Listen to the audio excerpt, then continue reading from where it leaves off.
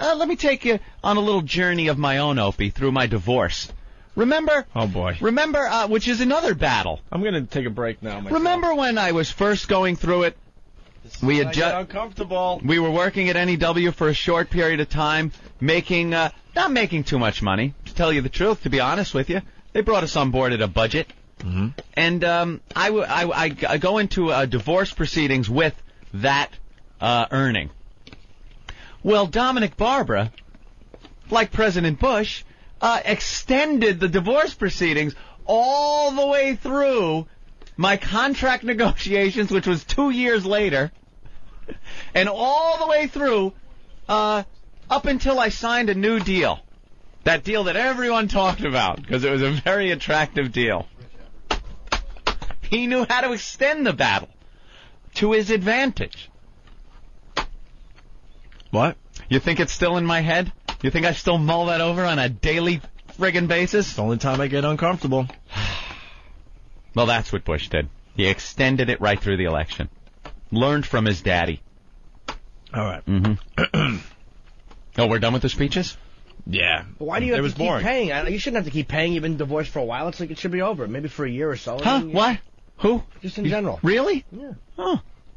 Pat's been separated and divorced for, I don't even know, like 6 years now. About 6 years. They still pay him. How long are you supposed to pay alimony for? How many years? That's all sorted out. In a general, is there really a time limit for people? No. See, the more money you make or have, the longer you'll pay. That's pretty much how it works. There's no rule of thumb. No. Except the thumb I want to plunge into my eyeball every time I think about it. But wait, women can just go out and like get a new job and stuff like that and have their own rent, and they're still going to collect a check. Exactly. For doing... Mm-hmm. Mm-hmm. And they're not even obligated to give up the box anymore? There you go. Alimony wouldn't be so bad if you still had the right. If you could take the drive over and go look. With no notice. Yeah, pull out your mule and go, it looks a little dry, doesn't it? And she's got to go, good point. There you go, and then you like glue the check to her forehead. That's the way for all couples. They spit on the forehead and slap the check on there. The guy just gets screwed in all that. Yeah. Of course he does. It's unbelievable. But then the women out there want to be looked at as equals. Of course they do. You want to be an equal? When a divorce happens, you leave, you go your separate ways. You go, get a job, whatever, and the guy goes and continues what he's doing. Especially if there's no kids. You split the bank account down the middle. So you don't go to the bank and withdraw all the money out of the bank. No. You don't go to the bank. All right, we're going there? Because I was with you that day, and I got to tell you, it was the funniest and saddest day I've ever spent with Anthony. Oh, my God. The funniest and saddest day. I was in shock. Anthony and I are doing this radio show, and all hell's is going on behind the scenes with his personal life, and it's getting very obvious that there was going to be lawyers involved and stuff. So I look at Anthony one day as we're getting ready for the show, literally a half hour before the show, and I go, Ant, how much money you got in your bank account, that joint account of yours? And what was it, honestly?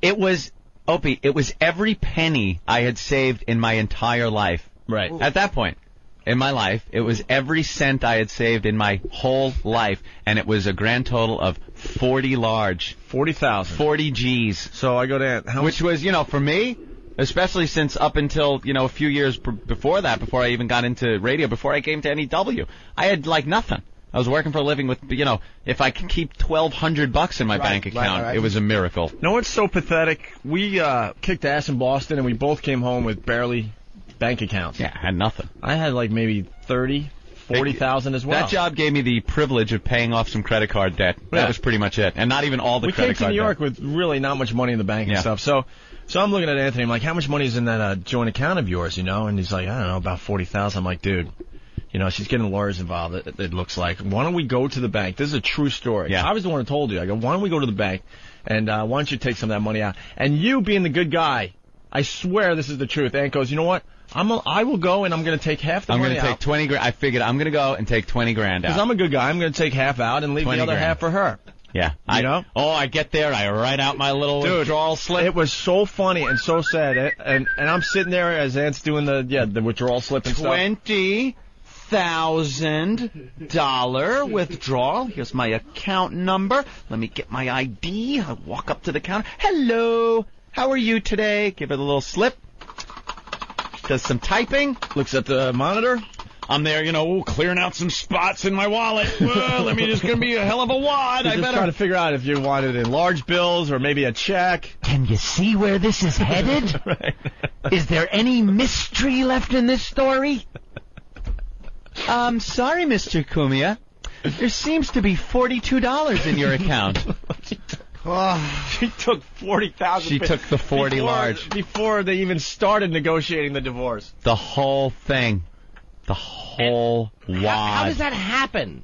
How did the judge not go, all right, well, where's the 20 of that money? Not only does that happen, but then you have to go to court, and then they have to tell you how much out of, now, the pay that you're getting, that money's gone. Now I have to resave and try to build up my account again. But out of the money that I'm making, money's got to come out of that to go to her. As like support payments, they call it. And that's what you got to go through. Not only did I take your 40 G's, but gonna have to pay out of your paycheck. This is what happens to a man in a divorce. They get screwed over. It's an amazing thing that you have to go through. It's amazing. And there are options to that, and sometimes some guys don't want to get raked over the coals, so they figure, well, maybe a rowboat and an anchor. That's a little fishing expedition. Is that Chris Rock's bit? Yeah, you understand. I understand. I wouldn't kill her. But I understand. He's talking about O.J. Simpson. So, Jim, I'm sitting in the bank, and I know what's going on just from the body language. I start laughing harder than I've ever laughed. Laughing at me. Inside. And then I got to be there for my pal. I'm out 40 G's. And then I look at him, and then then I was really sad for him. But I started laughing, then I'm like, oh, my God, I cannot believe You know what I looked like when we were walking back to the studio? He didn't even have money for lunch. And we're becoming big radio stars in New York. At that point, Anthony had absolutely no money to his name except what he had in his wallet, which I don't think he had much that day. Let me give you a visual of what I looked like walking back. Picture the scene in Jaws where Sheriff Brody is trying to get the mayor to sign that paper after the last shark attack. And the mayor's like, but my son was in that water too. Just sign it. Close the beaches.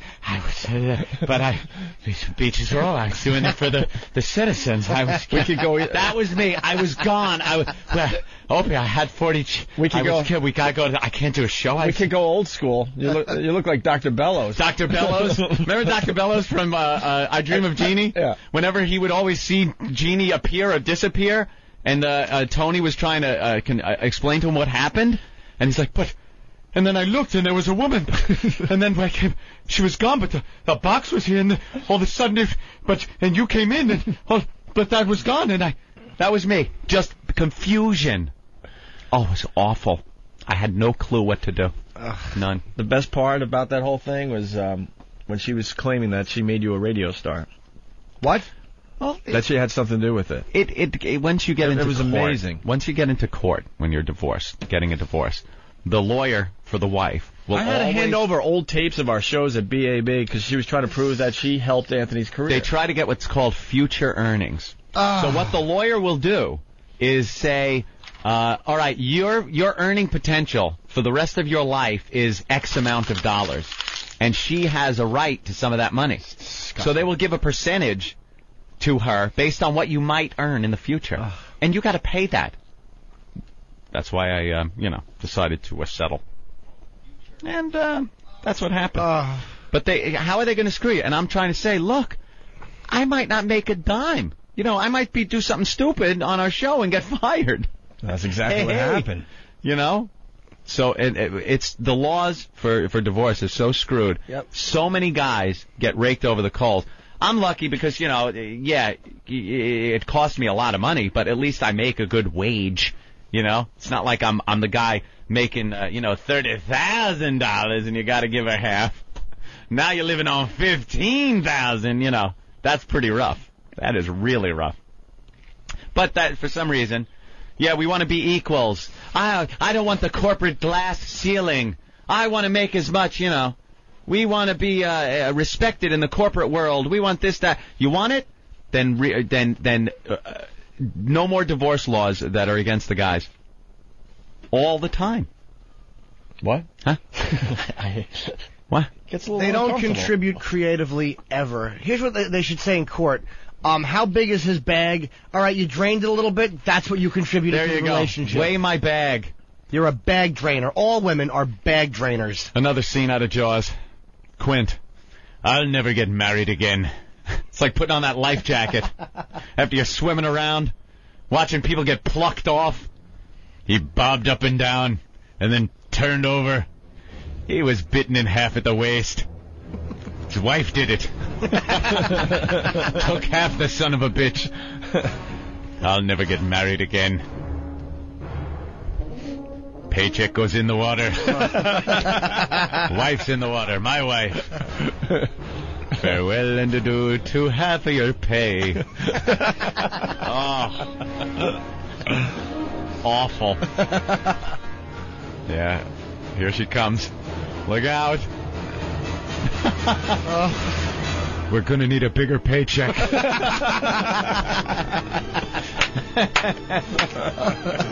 I don't want to open the shark and have that settlement spill out all over the dock.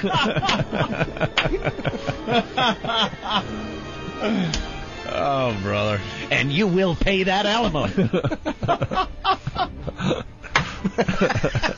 Oh, God damn, yeah. Wow. Dragged me under like that little Kittner boy. I'll say. All right.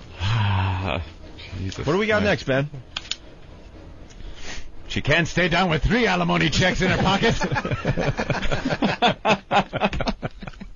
Wife came in looking for my check with black eyes, lifeless eyes, like a doll's eyes. Hear that horrible high-pitched screaming and hollering as she takes your check. Everyone just keeps pounding, pounding. Sometimes she goes away, sometimes she don't go away. She just hear that pounding and horrible high-pitched screaming, come in and tear your paycheck to pieces. Wow. It was August 2002. Let's drink to your lawyer. Let's drink to my lawyer. All of a sudden, Opie bar, Boston, fat lawyer come in, grabbed my paycheck, poured it out of my pocket. Check this out. Steve from New Hampshire. Yeah. Guys definitely get screwed in a divorce. F yeah. Get this. My wife left me for the lesbian next door. Oh, that's in a New cute Hampshire. story. And somehow in New Hampshire, when that happens, it's not considered adultery. Can you imagine if I did the same thing? Wow, if you leave for a lesbian next door, it's not adultery? In New Hampshire, I guess. If you're a chick. So. There. All right. Well, Good luck to you. yeah, sure. We'll continue in just a bit.